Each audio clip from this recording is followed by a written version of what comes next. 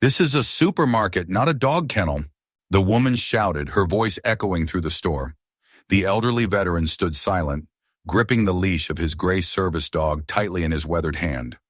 Someone snapped his photo, the flash momentarily blinding him.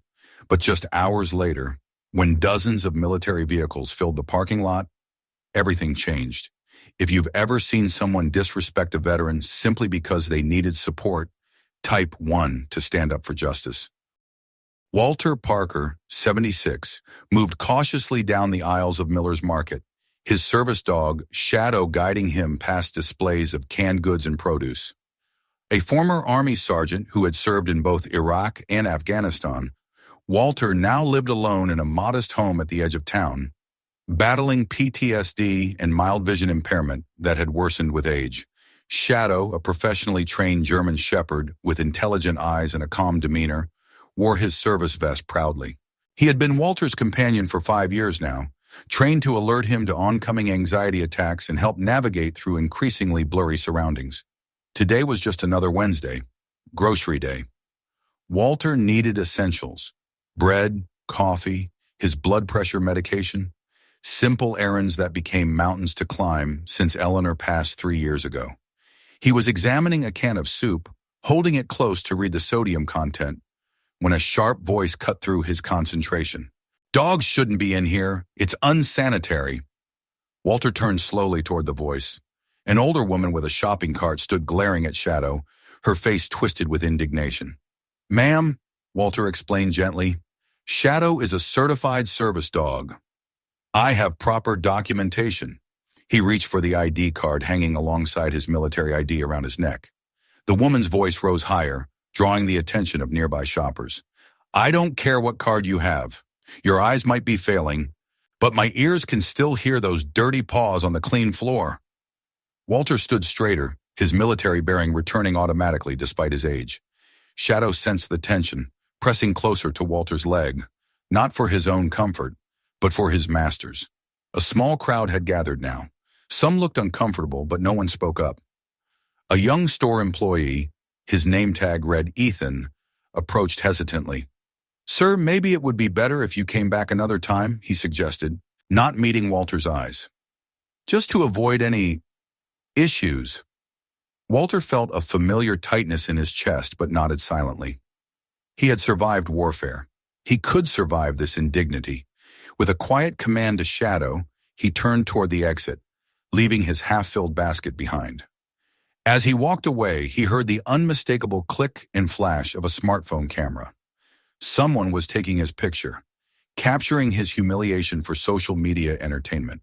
"Old guy insists on shopping with his mutt," a teenage voice muttered, followed by laughter. Walter kept walking, his face expressionless. Shadow matched his pace perfectly, the dog's training never faltering even when his master's heart was breaking. Walter settled heavily onto a bench outside Miller's Market, his hand resting protectively on Shadow's head. The service dog sat perfectly still beside him, attentive to every shift in his master's breathing, every subtle change that might signal an oncoming anxiety attack. The automatic doors whooshed open, and another store employee, a young woman with a sympathetic expression, approached with a bottle of water. She placed it wordlessly on the bench beside Walter, then hurried back inside without making eye contact or speaking. Her kindness was furtive, as if she feared being associated with him. A young couple exited the store, shopping bags in hand. The woman leaned close to her partner and whispered, not quite softly enough, "These war vets think they deserve special treatment everywhere." Walter's shoulders sagged slightly, but his weathered face revealed nothing. He had survived firefights and explosions. He could survive thoughtless words. Still, each dismissal carved away another piece of his diminishing dignity. From his wallet, Walter withdrew a faded photograph, a much younger version of himself in desert fatigues, arm around his first military working dog in Afghanistan, a brave companion who had saved his unit from an IED. Shadow gently nudged his hand, bringing Walter back to the present. "We saved lives once," he whispered to Shadow, his voice barely audible. "Now we just want to be left in peace." No one approached to offer support. No one questioned the store's handling of the situation.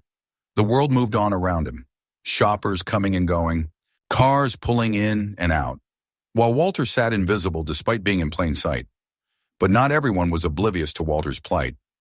In a black SUV parked several spaces away, a young soldier in civilian clothes watched the scene unfold.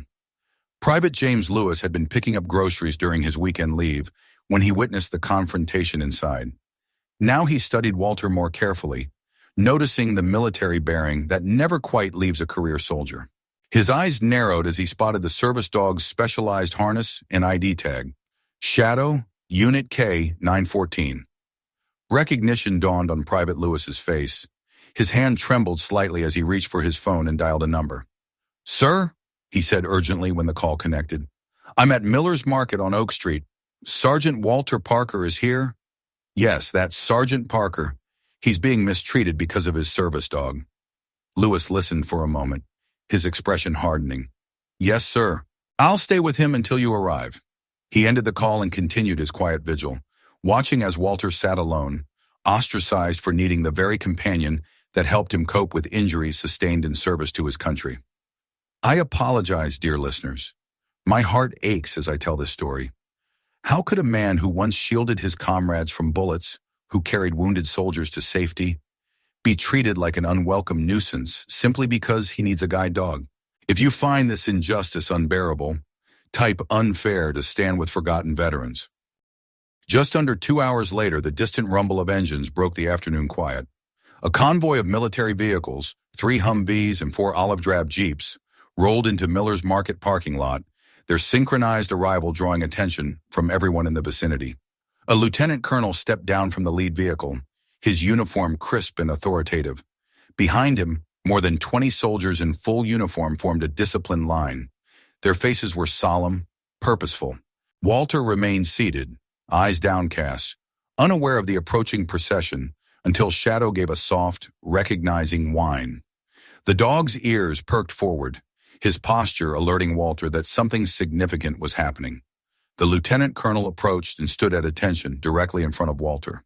His salute was precise, respectful. "Sergeant Parker, it's an honor, sir." Walter looked up, confusion momentarily replacing the resignation on his face.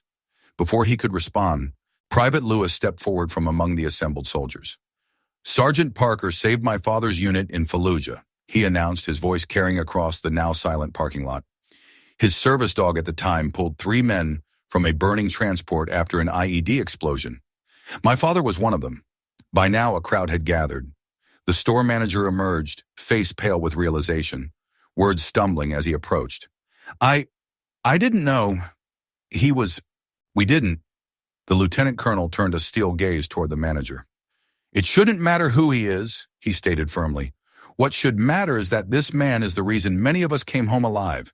His service dogs have saved more lives than you'll ever know." One by one, each soldier approached Walter, each placing a hand briefly on his shoulder or offering a solemn salute. No grand speeches, just silent acknowledgement, soldier to soldier, across generations. A staff sergeant carried a large metal sign, which he ceremoniously placed in the parking space nearest the store entrance. "Reserved for Sergeant Walter Parker and Shadow, in honor of your service." Walter sat motionless, overwhelmed. His hand found Shadow's identification tag, fingers tracing the embossed lettering as if to confirm this wasn't a dream. Then finally he allowed himself to wipe away a single tear that had escaped despite decades of military stoicism. The woman who had confronted Walter earlier stood frozen near the store entrance, her earlier indignation replaced by visible shame as the reality of her actions sank in. She tried to slip away unnoticed, but the silent reproach of 20 uniformed soldiers made her feel more exposed than any shouted accusation could have. Inside the store, employees and customers alike watched through the large front windows, many with hands pressed to their mouths in shock or embarrassment at their earlier complicity through silence.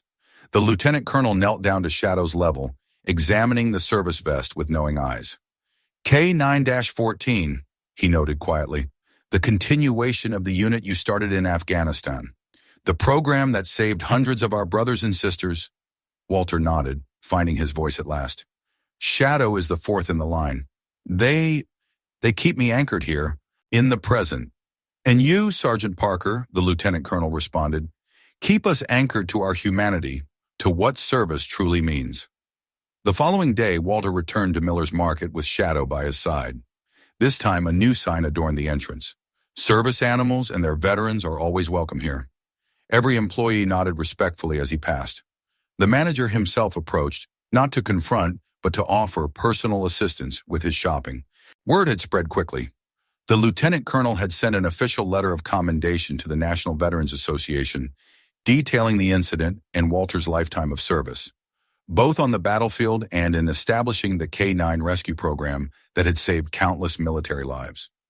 1 week later, Walter was invited to speak at the local high school about Shadow and the many four-legged heroes who had served alongside human soldiers. Students listened in reverent silence as he described the bond between handler and service animal, a connection forged in crisis, tempered by trauma, and sustained by mutual trust. After the presentation, Ethan, the same young employee who had asked Walter to leave the store, approached hesitantly. "I didn't know," he said quietly, extending his hand. "I'm sorry, sir." Walter smiled gently. "Now you do know. Some heroes don't speak of their deeds. They don't demand recognition or complain about their wounds, visible or invisible. They simply sit quietly with their memories and their loyal companions. But they deserve our respect, our understanding, and our unwavering support. If you believe this too, type 1 and share this story with someone who needs to hear it.